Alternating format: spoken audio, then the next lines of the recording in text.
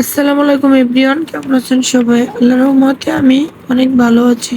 সকালে ঘুম থেকে ওঠার পরে গতকালকে আমার বানানো কেক আর চা দিয়ে দিয়েছিলাম ওর বাবাকে খেতে। তারপর আমি রুটির সঙ্গে খাওয়ার জন্য একটু আলু ভাজি করে নেবো। এখানে আমি আলু ভাজি করার জন্য শুকনো মরিচ কাঁচামরিচ দুটোই ব্যবহার করেছি। আর এভাবে একটু নেড়ে চেড়ে ভাজি করে নিচ্ছি। আলুর পরিমাণটাও কম ছিল, এর জন্য অল্প করে একটু ভাজি করে নিব। তারপর আলু ভাজিটা শেষ হয়ে গেলে এর ভিতরে আমি অনেকগুলো কাজ করতেছিলাম, যেহেতু আমার আদা রসুনের পেস্টটা শেষ হয়ে গিয়েছিল, সেগুলো রেডি করতেছিলাম। আর এখানে আমি 2টা ডিম নিয়ে নিয়েছি। ডিমের ভিতরে লবণ, হলুদ, একটু মরিচের গুঁড়া, জিরা ধনিয়া গুঁড়া দিয়ে সুন্দরভাবে আমি এটাকে ফেটিয়ে রাখছি। ফেটিয়ে রাখার পরে এটাকে আমি আলু ভাজিটা নামিয়ে তারপর আমি ডিমটা ভাজি করব। আলু ভাজিটা নামানোর পরে দেন আমি এখানে ডিমটা ভাজি করে নিব। তবে এভাবে ডিম ভাজি করলে অনেক বেশি মজা হয়। এই যে আমি আজকে 2টা ডিম একসঙ্গে ভাজি করে নিব, তারপর এটাকে আমি কেটে নিব, কারণ বারবার ভাজি করতে গেলে সময়টাও বেশি লাগবে। তারপর এভাবে বড় ডিম ভাজি তো দেখতে অনেক ভালো লাগে। ডিমটাকে আমি সুন্দরভাবে ভেজে নিয়েছি। এই তো বাবা ছেলে সকালের নাস্তা দিয়ে দিলাম, খুবই মজাদার নাস্তা। আর গতকাল রাতে যে রুটি রেখে দিয়েছিলাম, সেই রুটিটা, ফ্রোজেন রুটিটা শুধু ছেঁকে নিয়েছি। তারপর আমি কিছু ভিডিও এডিট করলাম। ভিডিও এডিট করার পরে আমি ভিডিওটা আপলোড দিয়ে তারপর একটু বাজারে গিয়েছিলাম আর কি। অন্য একটা কাজের জন্য একটু লেট করতেছিলাম, তারপরও বাজারে যেয়ে মাছ পেয়েছি। এখানে আমি কিছু ইলিশ মাছ আর কাসকি মাছ নিয়েছি। কাসকি মাছটা নিয়ে নিলাম। আর এই তো এই বাজারগুলো করেছি। করার পরে বাজারগুলো বাসায় এসে একটু গুছিয়ে রেখে ঝটপট করে আমি এখন দুপুরের জন্য একটু বিরিয়ানি রান্না করে নিব। আমি মাংসটা বের করে রেখে গিয়েছিলাম, সে মাংসটা সুন্দরভাবে ধুয়ে আমি জালতিতে ঝরা দিয়ে রেখেছি।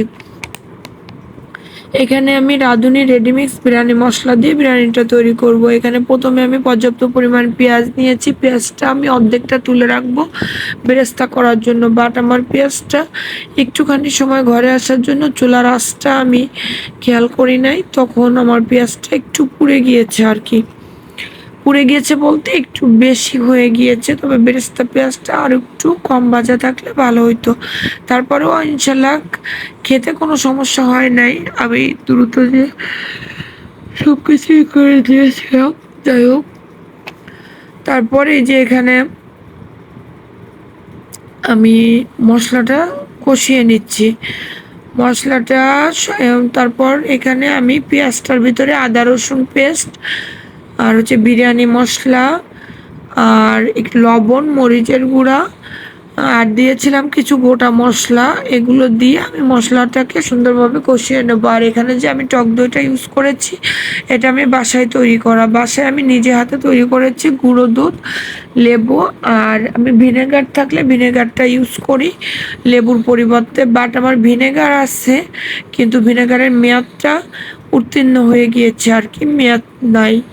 তবে তারপর এখানে আমি মশলাটা কষিয়ে সুন্দরভাবে তেল উঠে আসলে আমি কেটে ধুয়ে রাখা গরু মাংসটা দিয়ে দিয়েছি। গরু মাংসটা দিয়ে দেওয়ার পরে আমি এখানে সুন্দরভাবে কষিয়ে নিব। সুন্দরভাবে কষিয়ে নিয়ে আমি যখন গায়ের পানিটা টেনে আসবে মাংসের, তখন আমি সামান্য পরিমাণে একটু ঝোলের পানি দিয়ে দিব। আর এর ভিতরে আমি অনেক কাজ করতেছিলাম। যখন আমি এই মাংসটা কষিয়ে নিচ্ছিলাম, এখানে আমি সামান্য পরিমাণে একটু পানি দিয়ে দিয়েছি।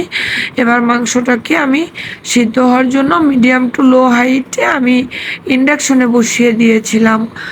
যাই হোক, ইন্ডাকশনে বসিয়ে দেওয়ার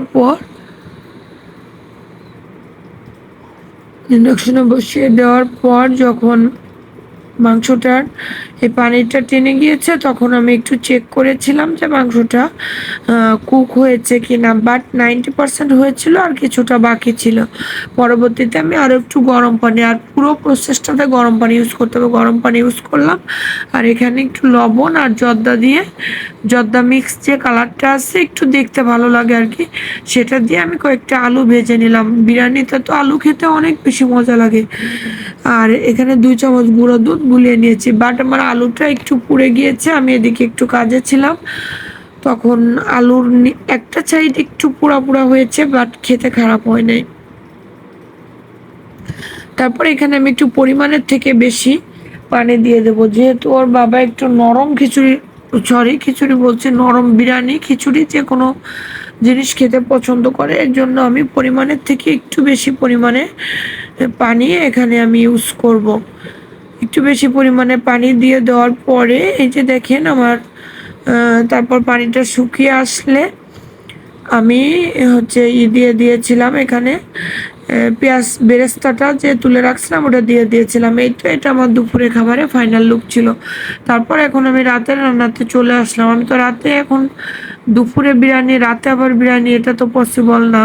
তবে বিরিয়ানি এখনও আছে, আমি ফ্রিজে তুলে রাখছি। 2 বেলা বিরিয়ানি তো খাবে না ওরা, জন্য রাতে এখানে রান্না করতে চলে আসলাম। আমি এখানে করলাটা আজকে ভাজি করতাম না রাতের বেলা যদিও, তবে করলাটা একটু কেমন যেন হয়ে গিয়েছিল, ফ্রিজের নর্মালি কন্ডিশনটা বেশি ভালো নাই তো এর জন্য, তো ভাবলাম ভাজি করে ফেলি, খাওয়া হয়ে যাবে। যাই হোক, এই যে এখানে করলাটা ভাজি করতে দিয়ে দিয়েছি আমি।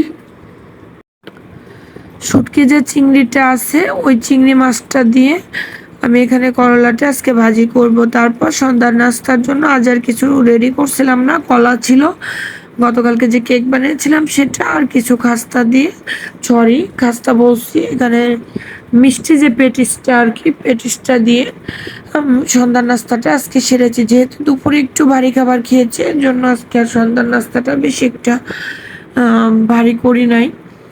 যাই হোক, এই যে করলা ভাজিটা আমার হয়ে গিয়েছে, এটা করলা ভাজির ফাইনাল লুক। তবে করলাটা একেবারে তিতো হয় নাই, অনেক বেশি ভালো হয়েছে। তারপর করলা ভাজিটা শেষ করার পরে আমি এখানে ইলিশ মাছের চচ্চড়িটা করে নিব।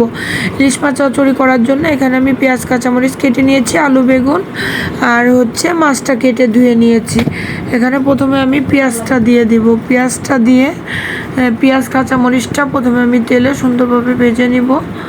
নেওয়ার পরে এটা যখন একটু হালকা নরম হয়ে আসবে, ব্রাউন কালার হয়ে যাবে, তখন আমি কেটে ধুয়ে রাখা আলু বেগুনটা এখানে দিয়ে দেব। বাট আজকে এখানে রান্নাটাতে আমি সরিষার তেল প্লাস সয়াবিন তেল দুইটা ইউজ করেছি। তারপরে যে আমি আলু বেগুনটা দিয়ে দিলাম।